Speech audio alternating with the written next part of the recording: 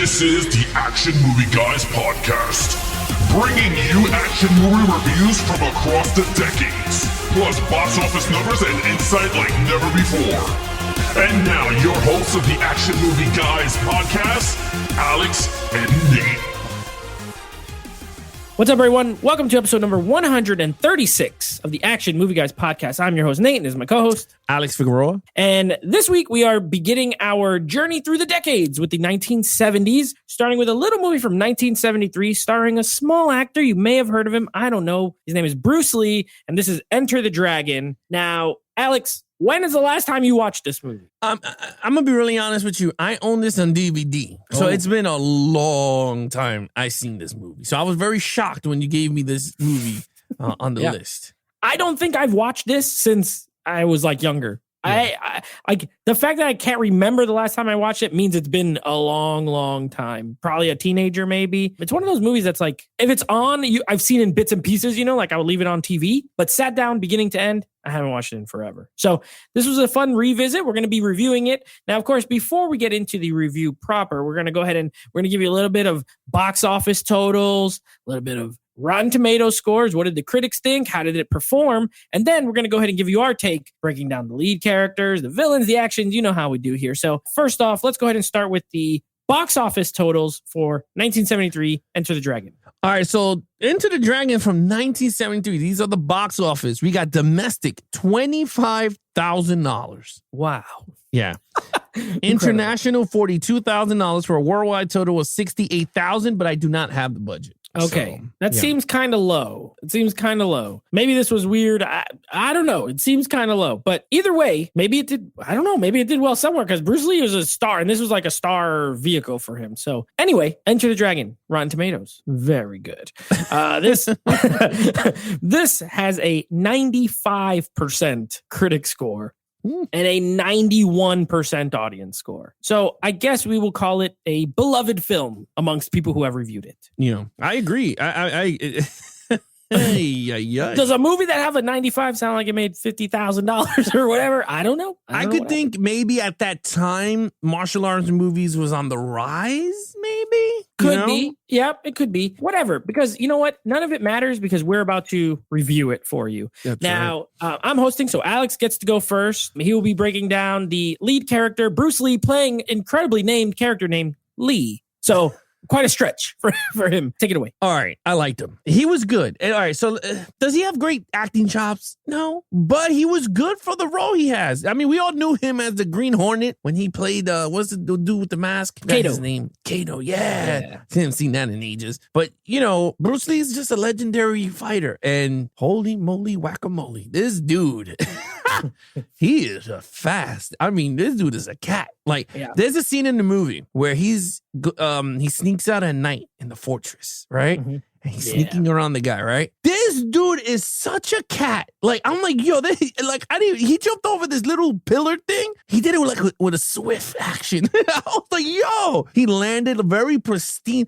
I was like, yo, this dude is like a cat burglar. He is just you could tell the physique that he is. I mean, he was a health nut anyway, but you could see the physique this guy has, which I'm going to talk about more in action. But in terms of the character, I liked it. It was a revenge story. He found out his sister died.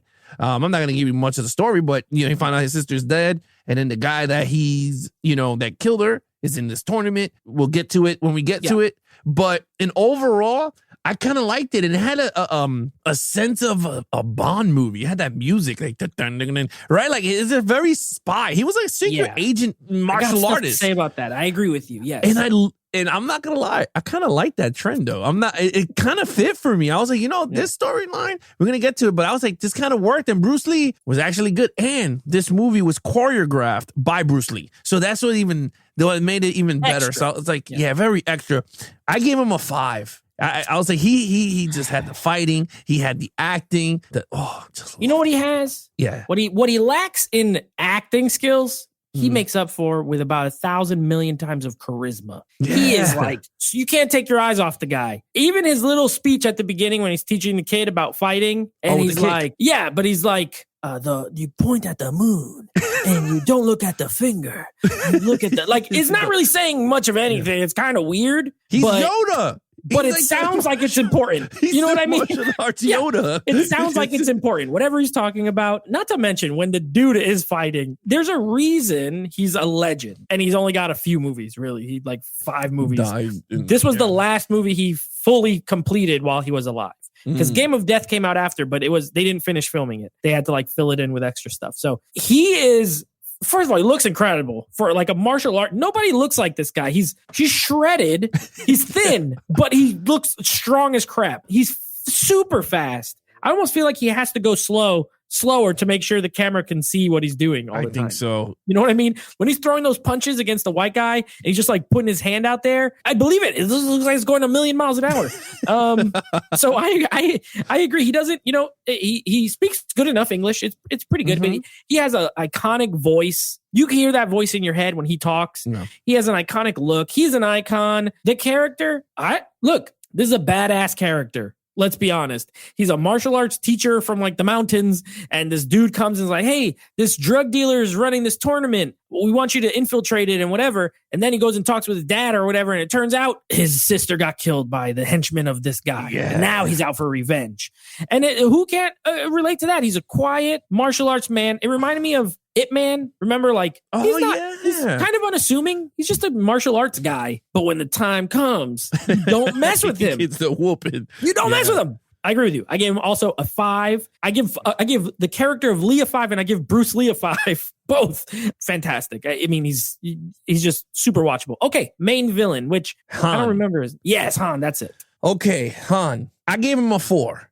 He was a good villain. I can't say he was a perfect villain. He was actually really good. He fought Bruce Lee at the end. And that's where I gave the points. Because he was more of he's not the typical boss that we've seen already, right? That he tells people what to do, which he does. But when it comes down to nitty gritty, my man switches his hand and get the bear claw. He's like, rah!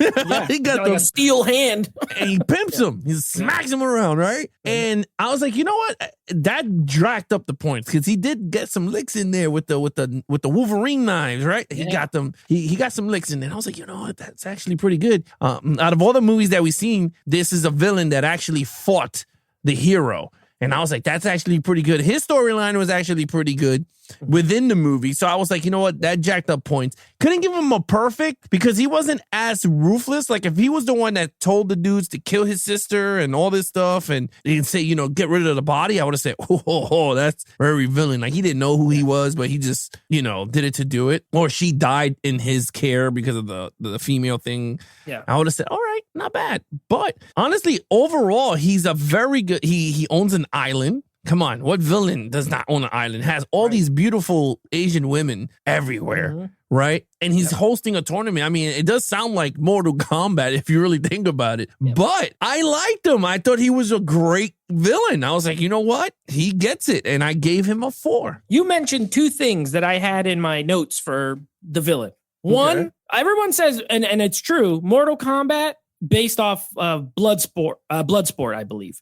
That was like a lot of the inspiration for the game Mortal Kombat was the movie Bloodsport. However, this came out before Bloodsport, and this seems way more like Mortal Kombat than Bloodsport does. Okay, and this guy's basically the Shang Tsung or Shao Kahn of the whole thing. Yeah, and the fact of the matter is he's the overlord, but he will fight if he has to. That's number 1. And number 2, something else you said in the other part. This is a James Bond villain. There's a James Bond villain all the way. A super rich guy does drug dealer guy, right? Who's hosting a crazy tournament, who's giving all the women to all the contestants. Yeah, whatever. He's got a freaking metal hand. Like this is a James Bond film. This is a Chinese James Bond movie, pretty much. Really, like let's be honest, it pretty much is. And I'm not saying it's a bad thing. This is like one of the best James Bond movies I've ever seen. I agree. It's just not with James Bond in it. If you just plucked out Bruce Lee, it's not the same movie. But if you dropped in a James Bond, it works. The movie still works exactly the same. Change John Saxon to like Felix Leiter or whatever. And you know what I mean? And it works. Look, I gave him a 4 too. I gave him a 4. I liked him. He kills the black dude. He just chops him to death. He's just like chopping him on the floor. Chop, chop, chop. He chopped him like 15 times and he comes up and his hands all full of blood. He was pretty awesome. I like the way he eats grapes. It's pretty funny. When a girl brings the grapes, he's like all serious and then he just smile. All of a sudden he's happy and he smiles and eats a grape. I was like, this villain's great. He's doing it for me. I enjoy him. I also like to reserve my 5s for the like iconic villains. I agree. He's not, but he's really, really, really good. A 4 for me as well. Action. Oh my Lord. I mean, action. Dude, let me just tell you something about action in this movie. Yep. This is, again, we don't tackle martial arts movies in this podcast much. And I think stuff is going to be changing next year because I want to see some action movies that I have not seen in the Asian martial arts. Because after watching Bruce Lee do his thing, and this is the only Bruce Lee I think we got for this year, which I'm a little sad for because I want more. Like, I want to break down more. We gotta add unless we do some specials or something. We're gonna do like Asian Cinema Month and do like a Jet Li, a Bruce Lee, Donnie Yang. One of each, but like not a franchise one. Yeah, I agree. Because you know what? The action in this movie is spectacular, dude. I mean, from all the cast, from Jim Kelly to John Saxon, like, they were good. Yeah. Bruce Lee, when he takes those nunchucks, he's like, ah! He's just doing this shit, man. He's doing it all fast, and he's hitting them. He takes this. The thing that I love about Bruce Lee, and that makes this thing, I had to give it a 5. He switched between weapons. Yeah. He used a long stick. He whipped 5 dudes' asses. He picked up 2 half sticks. He whipped their asses. They went, oh, there's a nunchuck. He uses the nunchuck. It's like a video game action role-playing game in a movie. Yep. Like, he just started to progress the ass whipping even more. And I was like, this is getting good. And then when he fights the guy that killed his sister, there was no, and this is the thing. I mean, I know Jackie Chan talked about it in an interview that between his movies and Bruce Lee, is that Bruce Lee loves to win. Right. And it's true, right? You see him, he fights a guy. He never loses. Hero. Yeah. Maybe he does. I haven't seen these other movies, but in this movie, he never loses. Yeah. And Jackie Chan does. But you can see that because in this movie, my man did not throw a lick. Yo, you know how I laughed so hard when he did the hand thing, right? Yeah. And then he went, what? Yeah. And I said, holy crap. And I was like, yo, he is so fast. The dude did not see it coming. And I loved it. I said, yo, I want more of this. And then you got more. Then the iconic, I mean, Enter the Dragon has that iconic scene with the mirrors. Yeah. And that's the thing. That icon, and oh my God, that cinematography of when Bruce Lee is standing there and you see all the mirrors of him stretched out and the guy falls. And I went, yo, if this was modern age with those mirrors in the IMAX, I would have been like, people would have lost it. He's ahead of his time. Yeah, he was ahead of his time with the cinematography. Let me just tell you, there's a lot of iconic shots in there that I was like, man, if they would have used these shots in what we have filmed, not like even the point of view, the first person point of view when they're fighting, like when he's like, and I was like, we don't get that in these new movies. You get it from the side profile or from the bad guy getting the asses kicked, but you never seen the camera fighting with the guy. And I was like, that's actually ahead of his time in terms of first person action shots, if you really think about it. I loved it. I think this movie has great action. Even at the end when they all fighting the school and the prisoners break out and then my man with the one pimp hand starts fighting everybody with the claw. I said, this is awesome. I said, this is pretty cool. Anyway, I gave it a 5. Yeah, listen, well said. I agree with everything. You know, the fight, the part that cracks me up every single time. When he fights the white dude with the scar, and this man walks out with the board and just punches it, and then Jet Li's like, boards don't hit back. I mean, Bruce Lee, boards don't hit back. And I'm like, oh, this guy's about to get busted, bro. Yeah. And he gets wrecked. I love it. And Bruce Lee was done. He's like, I'm done. Just let's leave it. And this man wants to go break the bottles. Yep. He jumps on him.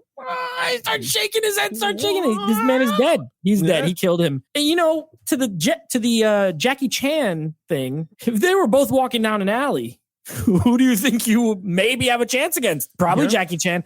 I look at Bruce Lee, I'm like, not gonna fight that guy. You know what I mean? Like, it's a different level. It's kind of a different level. I get what Jackie Chan is saying, but it's a different level. It's harder to buy Bruce Lee losing than it is to buy Jackie Chan losing. That being said, you know which action scene I really like? I like the one early with the sister when she's running away from the gang of dudes. Yeah, exactly. And it's like it's a really good, well shot scene. It's long. There's no, you know what else, dude? No quick cuts. This was before all this shaky cam, quick cut nonsense. There's a lot of there's some good slow-mo in there. There's long takes. There's Bolo Yoon. Anything with Bolo in it, automatic is great. You know, he was great in Bloodsport. He's awesome in this. He's like the strongest looking Chinese guy I ever seen in my life. Bolo Yoon is awesome. Bruce Lee is awesome. The action is great. It's well done. 5 out of 5 for me as well. Okay, story. Well, here's a fun fact because I just looked it up. If Jackie Chan ever fought Bruce Lee, well, he did, and he was one of the he was one of the stunt guys in the Enter the Dragon. He probably got beat. He probably lost. He got hit so hard. He said when Bruce accidentally hit Jackie in the head, he felt awful. So I guess he kicked him in the head or something. That's why he said that about him. He's like, he always has to win because he knocked the crap out of him with an accidental punch. Yeah, so it said the young martial artist performer getting to act opposite Bruce Lee was a huge honor, and Jackie Chan got the chance on the set of Enter the Dragon. Now, I don't know what scene it is, but he must be super young. I didn't catch him either. Yeah. Yeah, so maybe he was the one that whooped him, but I saw Bolo. Bolo is the only one that I recognize besides Bruce. Yeah, you know what? I would like to see the scene now where he kicked him. Unless they didn't shoot it because he hit him hard and he was so fast. Cut that out. Take that out. But okay, so storyline. I love this storyline. This storyline is like straight up my alley. Spy. The music was on par. Let me just tell you something. The music was a mix of Asian music with traditional spy music, right? And it was infused. Very 70s. Yeah, very 70s. Very 70s. Even when they showed John Kelly coming, it was like, yeah. Right? Yeah, and then when they showed all the ladies, he said, I want that one. I want that. And they went, and I was like, oh my God, he's going to get down and dirty. Yeah. But the score was very good. Very, very good. And I'm not going to lie to you, dude. I kind of wish this type of score was now, like where we are. I mean, now it's all this like cinematic and loud orchestra. And this I actually pretty enjoyed. But in terms of storyline, I kind of liked it. Revenge story meets a spy agent. He has to infiltrate an island through a fight tournament, which is, of course, Mortal Kombat. But yeah. But this was before Mortal Kombat. This was Mortal Kombat, yeah. And I kind of liked it. It was very well paced. It wasn't boring at times. You're really into the story. And you're right, Bruce Lee has this charisma. Even Brandon Lee. They both had this thing on camera, which I hope we ever get to do Rapid Fire, because I think that was one of his best movies. I know a lot of people don't know about Rapid Fire, but that was a 90s movie, I believe. Yeah, we should do that. Sure. Maybe a father and son week. Ooh. As a special, we do a week. I got to look at do some research. I will do some research. We'll do that. But anyway, overall, I gave it a 4. I think it's a great storyline. Man, so far we are right on same scores. I also gave it a 4. I think the storyline's really good, really strong. I was never bored, but I will say there's definitely some filler. Like certain stuff takes a little longer than it should. You know, it could have been a little tighter, like the scene on the boat. They're on that boat for too long. Like, what is this? Like, they're on the boat and they're watching the praying mantis fight, and it's like 5 minutes long. And then I do laugh. This movie makes me laugh. A lot of parts make me laugh. When the white guy comes out and just kicks the oranges. Oh, the Irish guy. Yeah. When the guy's just holding the oranges, bothering nobody, kicks all the oranges. I laugh every single time. And then he puts them out in the boat, and it's add a little bit of humor. Yeah, it's like this could be sped up. All the scenes with the girls. It's like, okay, this is just here for a little titillation, I guess. It makes sense, but they could have cut a little bit of it. But other than that, those are kind of my only gripes. I think could have been a little tighter, but otherwise it's solid. It's really good. Drug lord. You got some like government people. We got infiltrating it, and then revenge, all kind of mixed together. Yeah, I like it. It's very strong and very solid. I also gave it a 4. Okay, overall. All right, so here I already know. I think me and you're going to be very different in the score of overall. I love this movie. Rewatching it again, I wish they gave us a 4K transfer of this movie. I mean, I bet they're not going to make it. I doubt it. They might. Maybe. I mean, it does need the enhancements. Watching the Criterion. It's a Warner Brothers movie. Criterion put it out, and Kino's been putting out a lot of Criterion movies in 4K. So I'm not saying it's not. I'm not saying they will, but I wouldn't say they won't. Oh man, if you give me an upgraded Dolby Atmos sound and some better picture, better Bruce Lee kicking someone. Oh, you got me. But anyway, the Blu-ray looks good. It does, but there's some scenes that look kind of fluff. And I was just like, oh, but then again, I'm in the digital age. But again, the Blu-ray looks great. I'm not saying it's not. I'm happy that I purchased that entire collection of from the Criterion set. Actually, you told me about the sale and I jumped on it. But yeah, I want a 4K Bruce Lee. I don't care if they have the steel book. I don't care if it comes with his nunchucks, or the dude's hand that opens into his hand. Yeah, that'd be sick. Claw. I'll buy it. Yeah. I'll buy that version of it. Yeah, I would What buy the hell the is bear that hand? claw. That's Bruce Lee, bro. That's Enter the Dragon. Don't you know? Yep. Yeah. A lot of people will not even know. You'd be like posers. But anyway, in terms of overall, this movie is fantastic. It blends two worlds into one in terms of storylines. You get your spy, for those of you that are into spies. Then you get your martial arts movie fused into one. Bruce Lee is amazing in this movie. His choreographing is really good. I do like his side characters of John Kelly Williams, and then you have John Saxon. I forgot his name, but he's like the con man of the group. Like he's always betting and stuff. He's Roper. Yeah, Roper. Those two were really good in this. And then, what's her name? Oh, the girl that he met. She was the inside agent on the island. Mei Ling. I think Mei Ling. Yeah, Mei Ling. You know what's crazy? When he said Mei Ling, I said, wait a minute. Is that the same Mei Ling from Tomorrow Never Dies, which is Michelle Yeoh and Piers Bronzing? No, but anyway, in terms of all that, I think this is the entire package for any action lover. You got one of the best iconic action star there was in Bruce Lee. He invented the UFC with the mixed martial arts. He was like the first ever to do that style. That guy tapped out at the beginning. Yeah, he did. And you saw it there too, that fighting, that UFC style of fighting. So he's just everything in one package. I gave him a 5 overall for this movie. Whoa. Yeah, I had to push it, bro, because you know what? We didn't do a lot of movies that is this good from the 70s. You won't get much of an argument. We're not that far off. 4.5. I already know Nate. 4.5. I already know Nate. This is a very, very beautiful 9 out of 10 for me. I was thinking 9 out of 10. So 4.5. You know, those little plot things, the story, that's what holds it back from being like pure perfection to me. But it's close. And like I said, this is the best James Bond movie without James Bond in it. From that era.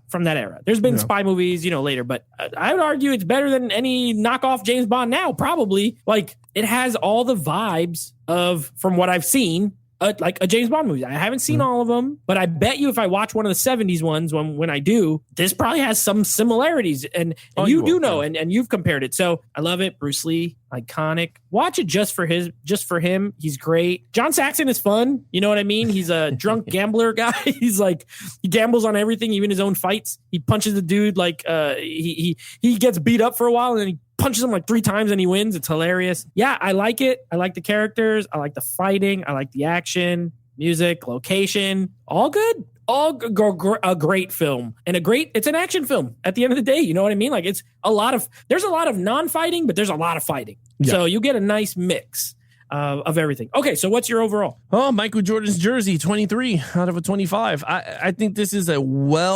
established movie from the 70s. I mean, again, I have not seen all his other films. I don't know how many he made. And to be honest with you, not that many. Yeah. This has to be like 1 or 2, like top 1, 2. Of his collection. I think it's 1. I think it might be his best one. Okay. Yeah, I mean, as far as I'm just trying to check a filmography, he was in a total of, he was in a lot of movies, but if you're looking at like lead character, 1, 2, 3, 4, like 5 or 6, not that many. He was in other stuff, but like lead martial arts movies, I think he only did like 5. And one of them was released after he died. So, that sucks. Yeah. But Green Hornet too. If you want to see him on TV, he was in Green Hornet, and that's there. Yeah, my total's 22.5. I'm only half a point under you.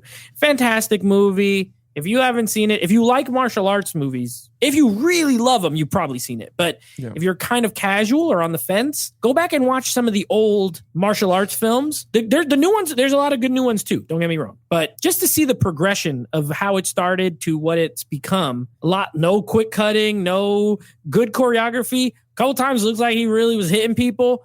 When that dude jumps and he like looks like he knees him right or kicks him right in the nuts. How do you fake that? I don't know. It looks like he just got hit in the nuts. It's great. It's a lot of fun. 22.5. So we both love this movie. We're off to a great start with the 70s. Now, after this, next week, we will be continuing on with our Superman watch through. We got 3 left, going to Superman Returns. And then our next 70s movie, a little movie from 1971. Now, I'm surprised this won in the votes, but it is a Steven Spielberg film, but it also was a TV movie. It's an action movie? He does action? Well, you'll see. There is action. There is action. Also, when I was looking up like movies to do, for this came up as an American action thriller. So yes, I guess that's the category it fits in. Duel, 1971. This was Spielberg's first like debut film. So it's going to be interesting. If you've never seen, Alex, you've never seen it, right? I've never seen it. Nope. You will be seeing where he started and judge from where he started to what he became. And I'm not saying this as if it's bad. I'm just saying I've seen it before. So we'll talk about it next week. We'll be watching some Duel. But that's what we got coming up in the pipeline the next couple episodes. There you have it, guys. I hope you enjoyed the review. With that said, if you want to follow us on our Instagram accounts or all over the social media platform, please follow Nate over on Instagram at NateFlix Reviews. Check out the podcast with him and his friend called NateFlix Movie Reviews. Anything action movie, guys, you could go to www.youtube.com/levelsofgeeks. That's where we're going to be putting up our video version of the podcast. If you guys enjoy watching the video version, or if you guys want to continue listening to the audio version, you can too. Help us out in that area. You can go over to Apple Podcasts, or you can go to the TuneIn Radio, Stitcher, Spotify. Hit that search bar. Hit some action movie guys. Hit the subscribe button. Listen to your favorite episode. Give us some ratings there. Other than that, he's your host, Nate from NateFlix Reviews. I'm his co-host, Alex Figueroa. Be awesome to each other and geek out.